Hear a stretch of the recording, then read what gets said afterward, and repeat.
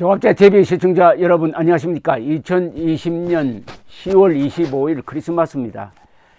지금 시간은 2시 47분 오후 2시 47분입니다 문재인 대통령이 1시간 전에 어제 있었던 법원의 윤석열 검찰총장 직무복귀 결정과 관련하여서 사과를 했습니다. 국민들께 불평과 혼란을 초래한 것에 대하여 인사권자로서 사과 말씀을 드린다고 했습니다. 대통령은 이어서 법원의 결정을 존중한다고 했습니다. 이 사과는 강민석 청와대 대변인이 서면 브리핑을 통해서 전한 내용입니다. 서울행정법원이 어젯밤에 윤 총장에 대한 문재인 대통령의 정직 2개월 징계 처분에 대하여 집행정지 결정을 내린 지 16시간 만에 사과를 한 겁니다. 문재인 대통령은 법원의 판단에 유념하여 검찰도 공정하고 절제된 검찰권 행사에 대해 성찰하는 계기가 되길 바란다. 특히 범죄 정보 외의 개인정보를 수집하거나 사찰한다는 논란이 더 이상 일지 않도록 하기 바란다 라고 사족을 달았습니다. 법무부와 검찰은 안정적인 협조관계를 통하여 검찰개혁과 수사권개혁 등의 후속 조치를 차질 없이 추진해 나가야 할 것이다 라고 했습니다. 문재인 정권이 말하는 검찰개혁의 실상은 친문무죄, 비문유죄임을 국민들이 잘 알고 있습니다. 우리 편은 건드리지 마라, 그러나 상대편은 물고 뜯으라 하는 게 검찰개혁이라는 말로 포장되었을 뿐입니다. 그런데 여기 사족으로서 등장한 범죄정보 외의 개인정보를 수집하거나 사찰한다는 논란이 더 이상 일지 않도록 하기 바란다. 이거는 판사들에 대한 정보 수집을 해가지고 이 판사의 과거 판례가 이렇고 어느 대학 출신이고 하는 이미 공개된 정보를 정리한 거를 문재인 정권이 흔히 하는 수법으로 사찰이라는 누명을 씌웠던 것인데 여기에 아직도 미련을 갖고 있는 듯한 이야기입니다. 사찰이 아니죠. 사찰이란 것은 불법으로 도청하고 미행하고 뒤를 캔다는 건데 그게 아니고 어느 판사에 대한 기존 정보를 쭉 정리를 해가지고 담당 공소 유지를 담당해야 할 검사들에게 나눠줘 가지고 잘 대처하라는 건데 이게 또 외부에 유출한 것도 아니고 내부 참고 자료인데 이걸 추미애 법무장관이 판사 사찰이다. 판사 사찰, 세월호 사찰, 무슨 사찰 해가지고 재미 보았던 것을 이번에 써먹었죠.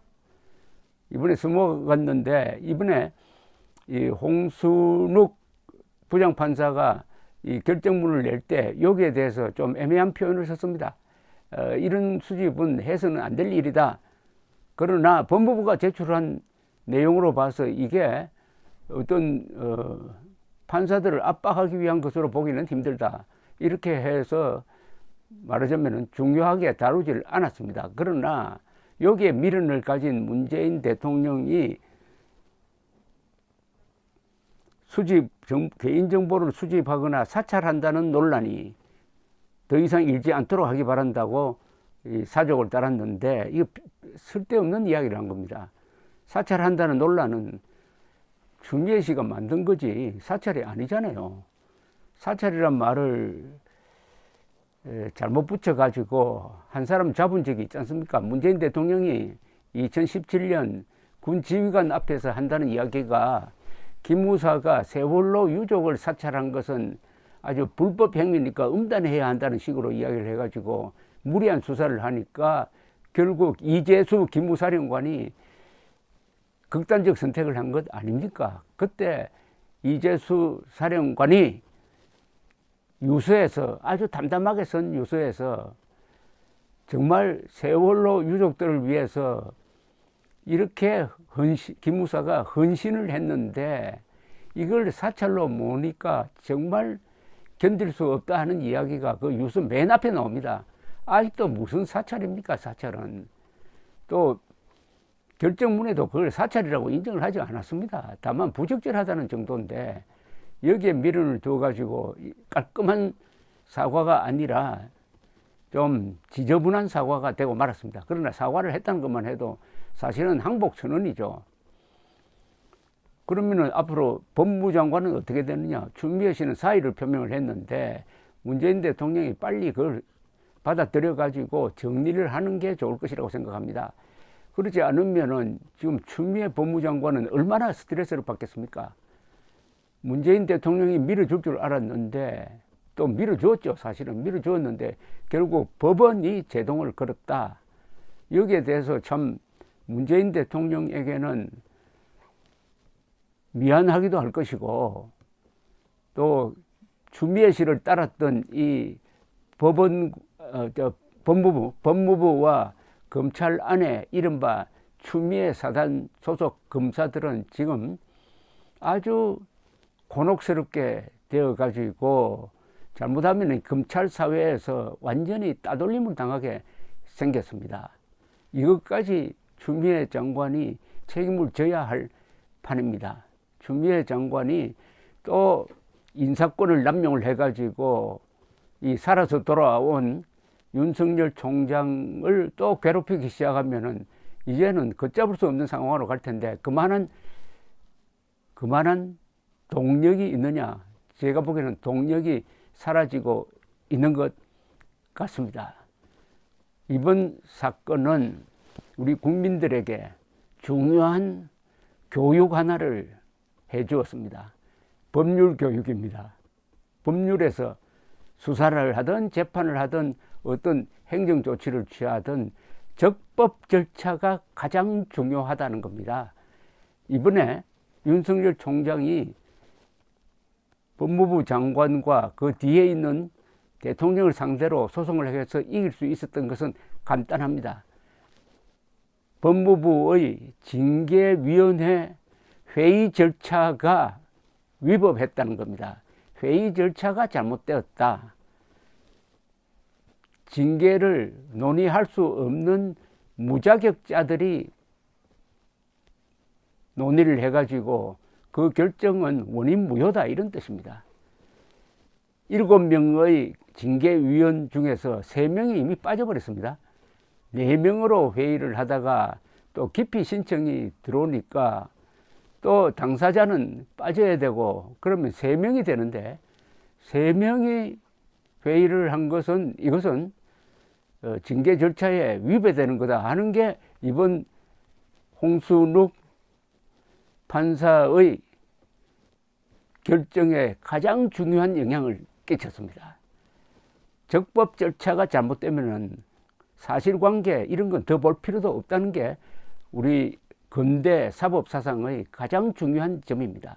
적법 절차, 즉 무조건 사람들을 불러가지고 원님 재판하는 식으로 너 죄를 너가 알렸다, 자백하라 이런 식으로 해서는 안 된다는 거죠. 증거 수집을 하고 그 증거 수집하는 방식이 합법적이어야 된다는 겁니다. 아무 집에나 들어가서 하는 게 아니라 반드시 압수수색 영장을 받아서 압수를 하고 전화 도청을 하는 게 아니라 그것도 법원의 영장을 받아서 하고 하는 이런 절차가 이번에 윤석열 총장을 몰아내려는 이 공작적 차원의 징계에서는 지켜지지 않았다는 겁니다. 세상에 검찰총장에 대한 징계도 명백한 절차를 위반해서 여기까지 올 수 있었다면은 이 정권은 힘없는 사람 또는 라이벌의 어떤 정적 관계에 있는 사람에 대해서는 그동안에 어떤 일을 했느냐.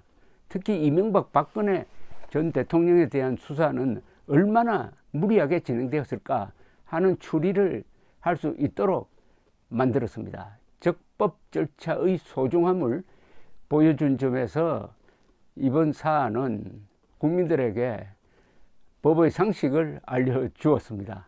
더 크게 보면은 이제는 윤석열 총장은 대통령 후보감으로 어쨌든 국민들 마음속에 크게 각인되게 되었습니다. 윤석열 총장은 뜨는 사람이 되었습니다. 그리고 문재인 대통령은 추미애를 앞세워 가지고 윤석열 총장을 몰아내려는 공작에 실패함으로써 스스로 레임덕을 불러오고 말았습니다. 이걸 흔히 자성자박이라고 합니다. 자성자박, 스스로 자기 몸을 끈으로서 묶는다는 뜻입니다. 자성자박의 반대말이 뭔지 아십니까? 결자해집니다. 묶은 사람이 풀어야 한다. 자성자박 한 문재인 씨가 스스로 풀어야 합니다. 스스로 풀려면 어떻게 해야 되느냐? 그동안에 4년 동안 법치를 무시하고 과학을 무시하고 그리고 사실을 무시하면서 진행한 1년의 반국가적, 반헌법적 행위를 하나하나 다 원위치시켜야 됩니다. 특히 과학을 무시하고 진행한 탈원전 정책을 신속하게 포기함으로써 다시 우리나라가 세계적 원자력 발전국으로 돌아갈 수 있도록 하는 것, 이것부터 시작해야 됩니다. 이것부터 시작해가지고 하나하나 풀려면, 그리고 물론 이명박, 박근혜 두 사람에 대해서 빨리 사면 조치를 취해서 좀 편한 마음으로 청와대에서 남은 임기를 마칠 수 있도록 하는, 어떻게 보면 기회를 준 게 어제 서울행정법원의 고마운 판결이었습니다. 감사합니다.